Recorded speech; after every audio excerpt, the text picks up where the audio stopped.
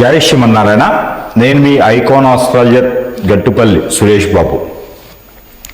మనము ఇప్పుడు టాపిక్ ఏంటంటే ఏ విషయం గురించి మనం మాట్లాడదామంటే, ఇప్పుడు ఏవైతే మనకి ద్వాదశ రాశులు ఉన్నాయో ఈ యొక్క రాశులకి అలానే లగ్నాలు, ఇప్పుడు ఎలా అయితే మనకి ద్వాదశ రాశులు ఉన్నాయో అలానే లగ్నాలు కూడా ఉంటాయి. అంటే మనకి ఇప్పుడు మేషరాశి ఉందనుకోండి, మేష లగ్నం ఉంటుంది, వృషభ రాశి వృషభ లగ్నం ఉంటుంది. అలానే మనకి రాశులు అయితే ఎన్ని ఉన్నాయో లగ్నాలు కూడా అన్నీ ఉంటాయి. 12 రాశులు 12 లగ్నాలు ఉంటాయి. ఈ లగ్నాల పరిమాణం ఏంటో ఉండేది అంటే 1 గంట 21 నిమిషం ఉంటుంది. ఈ 1 గంట 20 నిమిషం ప్రతిరోజు ఉదయం బ్రాహ్మీ ముహూర్తం నుంచి మనకి సాయంత్రం వరకు నైట్ వరకు కూడా మళ్ళీ ఈ ఒక లగ్నాల పరిమాణం ఒక లగ్నం అయిపోగానే ఇంకొక లగ్నం ఇంకొక లగ్నం ఇంకొక లగ్నం అలాగే మనకి ప్రతిరోజు కూడా ఈ 1 గంట 21 నిమిషానికి లగ్నం మారుతూ ఉంటుందన్నమాట. అయితే దానికి తగ్గట్టుగా మనకి ఆ రోజు తిథి నక్షత్రం ఏమున్నాయో దాన్ని బట్టి మనకి బాగుంటుందా లేదా అనేది ఉంటుంది. ఏ రోజైతే మనం జన్మిస్తామో ఆ రోజు ఉన్నటువంటి గ్రహస్థితి ప్రకారంగా, ఆ రోజు ఉన్నటువంటి నక్షత్ర ప్రకారంగా మనకి ఏ రాశి వస్తుంది అనేది ఉంటుంది. ఆ రాశిని బట్టి ఏ లగ్నం కూడా ఉంటుంది. ఆ లగ్నాన్ని బట్టి ఏ గోచారం అంటారు. మనం పుట్టినటువంటి తేదీ నక్షత్రం బట్టేసి ఆ రోజు మనకి ఏ నక్షత్రం ఉందో దాన్ని గోచారం అని కింద భావిస్తారు. ఈ గోచారంలో గనక 12 స్థానాలు 12 గడులు ఉంటాయి. 12 స్థానాలు అంటారు. ఆ 12 స్థానాల్లో 9 గ్రహాలు ఉంటాయి. ఛాయాగ్రహాలు పోల్చుకుంటే ఛాయాగ్రహాలు పక్కన పెడితే 9 గ్రహాలు మనం భాగిస్తాం. ఈ యొక్క సాంప్రదాయ ప్రకారంగా 9 గ్రహాలు ఏదైతే ఉందో ఈ 9 గ్రహాలు ఏ స్థానంలో ఉంటే వాటి వల్ల ఈ యొక్క రాశి వారికి, ఆ రాశిలో జన్మించిన వారికి, ఆ నక్షత్రం వారికి ఎలా ఉంటుంది, ఫ్యూచర్లో అంటే వచ్చేటువంటి రోజుల్లో ఎలా అవుతారు, నెక్స్ట్ జనరేషన్కి ఎలా ఉంటుందనేది మనం తెలుసుకోవచ్చు. అయితే దానికి భాగంగా కొన్ని దశలు కొన్ని నక్షత్రాలు, అలానే ఆ నక్షత్రాల్లో మనం పుట్టినప్పుడు గోచార ప్రకారంగా ఏ గ్రహం ఏ స్థానంలో ఉంటే ఎలాంటి అదృష్టం వస్తుంది అనేది కూడా ఒక్కసారి మనం గమనించినట్టయితే కనుక, మనం ఎగ్జాక్ట్గా తీసుకున్నట్టయితే అంటే కొన్ని రాశులు మనం మనకి ఏ నక్షత్రంలో పుట్టుతామో ఆ నక్షత్రం నుంచి మనకి ఏర్పడేది రాశి. అయితే ముందు మనం నక్షత్రాలు చూద్దాం. పూర్వభద్ర, ఉత్తరాభద్ర, రేవతి ఈ 3 నక్షత్రాలు ఎవరైనా జన్మించి ఉంటే కనుక ఆ 3 నక్షత్రాలు జన్మించిన వారికి మీనరాశి వస్తుంది. ఈ మీనరాశికి అనుగుణంగా 12 స్థానాలు ఉంటాయి. ఈ స్థానాల్లో కనుక మీనరాశికి 12 స్థానాలు ఉంటాయి కదా, అంటే అన్ని రాశులకి ఉంటాయి. మీనరాశితో పోల్చుకుంటే వేరే గ్రహాలు కూడా మనం చూస్తాం కాబట్టి 12 రాశులు ఉంటాయి. ఈ 12 రాశులకి ఒక్కొక్క స్థానంలో ఒక్కొక్క గ్రహం ఉంటుంది. ఈ గ్రహాన్ని కనుక మనం చూసినట్టయితే కనుక ఏ గ్రహం ఏ స్థానంలో ఉంటే కనుక మీనరాశి వారికి అదృష్టం వస్తుంది, మీనరాశి వారికి దురదృష్టం వస్తుంది. ఒకసారి గమనిద్దాం. అయితే మనకి శుక్రుడు సొంత ఇంట్లో ఉన్న, శుక్రుడు 2, 4, 6, 8 స్థానాల్లో ఉన్న ఖచ్చితంగా మీకు చిన్న వయసులో పెళ్ళి అవుతుంది అని చెప్పొచ్చు. అలానే కుజుడు 2, 4, 6 అలానే 8, 10, 12 స్థానాల్లో ఉంటే ఖచ్చితంగా మీకు కుజ దోషం ఉంది అని చెప్పొచ్చు. అలానే మనకి బుధ భగవానుడు 5వ స్థానంలో ఉంటే మీరు మాటల వల్ల డబ్బు సంపాదిస్తారు, కష్టపడకుండా డబ్బు వచ్చేస్తుంది, తెలివితేటలతో డబ్బు సంపాదిస్తారు అని చెప్పొచ్చు. అలానే శని భగవానుడు సొంత స్థానంలో ఉన్న 2, 4, 6, 12 స్థానంలో ఉంటే వీళ్ళు ఖచ్చితంగా రాణించడానికి టైం పడుతుంది. ఎవరైనా అథారిటీ కానీ ఎవరి సొమ్మని కానీ ఎవరిదైనా సపోర్ట్ కానీ తీసుకుని వీళ్ళు ఎదిగేదానికి ఉంటుంది. లైఫ్లో ఎదిగడానికి చాలా టైం పడుతుంది అని చెప్పొచ్చు. అయితే మనకి గురువు బలం, గురువు ఎవరైతే ఉన్నారో ఈ గురువు సొంత స్థానంలో కానీ 2వ స్థానంలో కానీ 4వ స్థానంలో కానీ 12వ స్థానంలో కానీ ఉంటే కనుక ఈ గురు బలం వల్ల మనం మంచి ఆదాయం వచ్చేలాగా చూస్తాము, మంచి వ్యాపారస్తులుగా ఉంటారు, మంచి చదువుకుని విదేశాల్లో సెటిల్ అయ్యేదానికి ఉంటుంది. కాబట్టి ఆ రకంగా చెప్పొచ్చు. కానీ ఇవన్నీ జరగాలంటే అశుభ దృష్టి ఉన్నటువంటి గ్రహాలు ఏవైతే ఉన్నాయో అవి అనుగుణంగా ఉండాలి.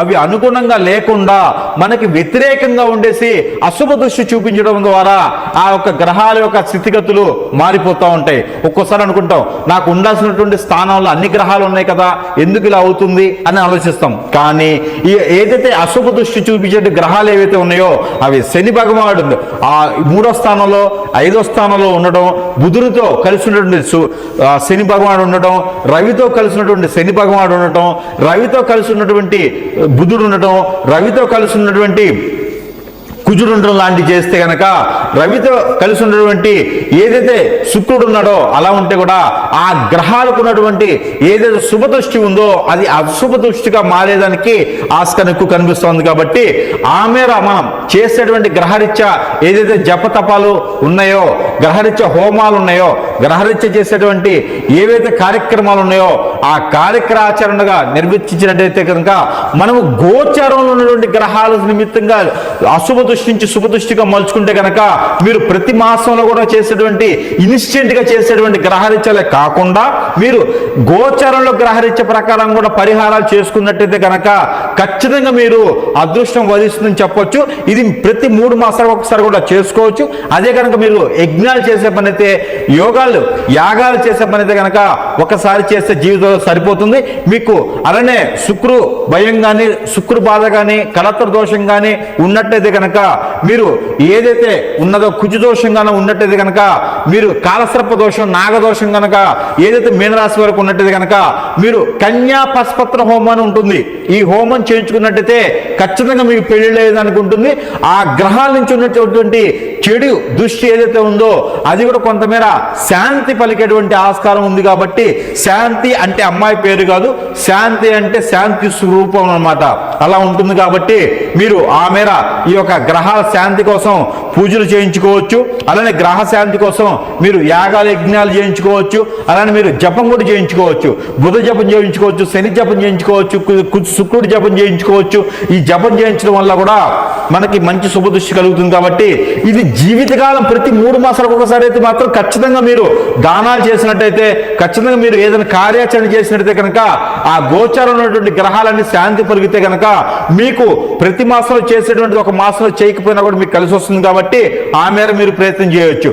అయితే మీరు ప్రతి 3 మాసాలకు ఒక్కసారి కనుక ఈ యొక్క మీనరాశి వారు ఎవరైతే ఉన్నారో ఆ మీనరాశి వారికి అశుభ దృష్టి ఉండేసి మీకు ఏదైతే పనికి రాకుండా గ్రహాలు ఉన్నాయో ఆ గ్రహాల అశుభ దృష్టి నుంచి శుభ దృష్టి మలిచినందుకు చిన్న చిన్న పరిహారాలు చెప్తాను. ఆ పరిహారాల నిమిత్తంగా మీరు చేసుకున్నట్టయితే కనుక మంచి కలిసి వస్తూ ఉంది.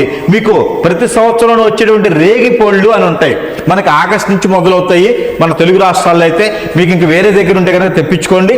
రేగి పళ్ళు అని ఉంటాయి. ఈ రేగి పళ్ళు కనుక శివాలయంలో కనుక నైవేద్యం పెట్టినట్లయితే, గ్రామ దేవత దగ్గర నైవేద్యం పెట్టినట్లయితే మీకు మంచి కలిసి వస్తూ ఉంటుంది. మీరు ఈ రేగి పళ్ళు తొక్కలు తీసేసి ఆ రేగి పళ్ళు తొక్కలతో మీరు స్నానం ఆచరించినట్లయితే కనుక ఆ గ్రహరీత్యా ఉన్నటువంటి చెడు దోషం, ఆ కుజు దోషం కూడా మీకు తొలగిపోయేదానికి ఆస్కారం ఎక్కువగా ఉంటుంది. మీనరాశి వారికి మాత్రమే ఈ రెమెడీ. మీనరాశి వారు రేగిపళ్ళు, ఆ రేగిపళ్ళలో ఉన్నటువంటి తొక్క ఏదైతే ఉంటుందో అది మీరు స్నానం ఆచరించేటువంటి నీటిలో వేసుకొని స్నానం ఆచరించాలి. అలానే బిల్వ పత్రం అని ఉంటుంది, బిళ్ళ గన్నేరుతో బిళ్ళ పత్రం అని ఉంటుంది. అది మీరు కనుక ఆ బిళ్ళ కన్నీరు ఏదైతే ఉందో అది నీటిలో ఉంచేసి ఆ నీటిని చేతులు కడుక్కోవాలి 3 మాసాలకు ఒక్కసారి. దాని ద్వారా మీకు మంచి జరుగుతుంది. అదే తర్వాత మీకు ఇంకోటి ఏంటంటే ఉత్తరేణి ఉంటుంది. మీకు ఉత్తరేణి ఆకులు అంటే మీకు అందరికి ఐడియా ఉంటుంది, లేదా నెట్లు మీరు ఉత్తరేణి అని కొట్టండి. ఈ ఉత్తరేణి ఏవైతే ఉంటుందో ఉత్తరేణి పుల్ల లేదా ఉత్తరేణి ఆకు ఏదైతే ఉంటుందో దానితో మీరు బ్రష్ చేసుకున్న ఆ ఉత్తరేణి పౌడర్ మీరు ఒక 3 మాసాలకు ఒకసారి 1 స్పూను మీరు తీసుకున్నా కూడా మీకు ఆ గ్రహరీత్యా ఉన్నటువంటి బుధ దోషం ఏదైతే ఉందో ఆ బుధ దోషం కూడా మీకు తొలగిపోయేసి మీ మాటే వజ్ర వైఢూర్యం లాగా, మీ మాటే ఆని ముత్యం లాగా ఎదుటి వాళ్ళకి ఆకర్షవంతులు అయ్యేలాగా ఉంటారు. కాబట్టి మీనరాశిలో ఉన్నటువంటి ఎవరైనా వ్యాపారస్తులు కానీ ఉంటే గనక ఖచ్చితంగా ఈ ఏదైతే ఉందో ఉత్తరేణి ఉందో ఈ ఉత్తరేణి యొక్క పౌడర్ లేదా ఉత్తరేణి యొక్క పుల్లతో బ్రష్ చేసుకోవడం లేదా దాన్ని తినడం లాంటివి చేస్తే ఖచ్చితంగా మీకు కలిసి వచ్చేదానికి ఉంటుంది. కాబట్టి ఆమార ప్రయత్నం ప్రతి 3 మాసాలకు ఒకసారి మీనరాశి వారు చేయండి, అదృష్టవంతులు అవ్వండి. ఇంకా శని దోషంతో ఎవరైనా బాధపడే వాళ్ళు మీనరాశి వాళ్ళు ఎవరైనా ఉంటే గనక ఆ మీనరాశి వాళ్ళు ప్రతి 3 మాసాలకు ఒక్కసారి గనక ఏవైతే మీకు నువ్వులు అని ఉంటాయో ఈ నువ్వులతో చేసినటువంటి స్వీట్ ఏదైనా ఉంటే నలుగురికి పంచిపెట్టడం, లేదా నవగ్రహాల మీద 3 మాసాలకు ఒక్కసారి 50 గ్రాముల నువ్వుల నూనె గనక ఉంచి 5 ఒత్తులేసి గనక పంచదీపోత్సవం అంటారు. ఈ పంచదీపాలు గనక మీరు వెలిగించినట్టయితే 5 ఒత్తులేసి 5 ముఖాల ఒత్తులేసి మీరు మట్టి పరిమితిలో గనక ఆ నవగ్రహాల దగ్గర దీపం ఉంచినా లేదా హనుమాన్ మందిరంలో దీపం వెలిగించినా కూడా మీకు అన్ని విధాలా కలిసి వచ్చేదానికి ఆస్కారం ఉంది. కాబట్టి ఈ మేర మీరు ప్రయత్నం చేసి చేసేసి అదృష్టవంతులు అవ్వచ్చు. మీకు మీనరాశి వారికి జీవిత కాలం కలిసి వచ్చేటువంటి లక్కీ నెంబర్ ఏదైతే ఉందో ఆ లక్కీ నెంబర్ కూడా మీరు రాసుకోండి. ఏదైనా వ్యాపారం మొదలుపెట్టినా, ఏదైనా డబ్బులు పెట్టుబడి పెట్టినా, ఏదైనా వస్త్రం కొనక్కలున్న ఏదైనా మీకు కారు కానీ వెహికల్ కానీ కొనుక్కోవాలనుకున్నా కూడా మీకు ఈ నెంబర్ పనికొస్తుంది. కాబట్టి ఇల్లు కొనాలనుకున్నా, ఏదైనా ఫోన్ నెంబర్ కావాలన్నా కూడా ఈ లక్కీ నెంబర్ మీరు యూజ్ చేయొచ్చు. ఈ లక్కీ నెంబర్ వచ్చేసి మీనరాశి వారికి 3, 6, 9 ఏదైతే ఈ నెంబర్లు 3, 6, 9 ఉన్నాయో ఇందులో మీరు ఈ నెంబర్ లక్కీ నెంబర్గా భావించవచ్చు.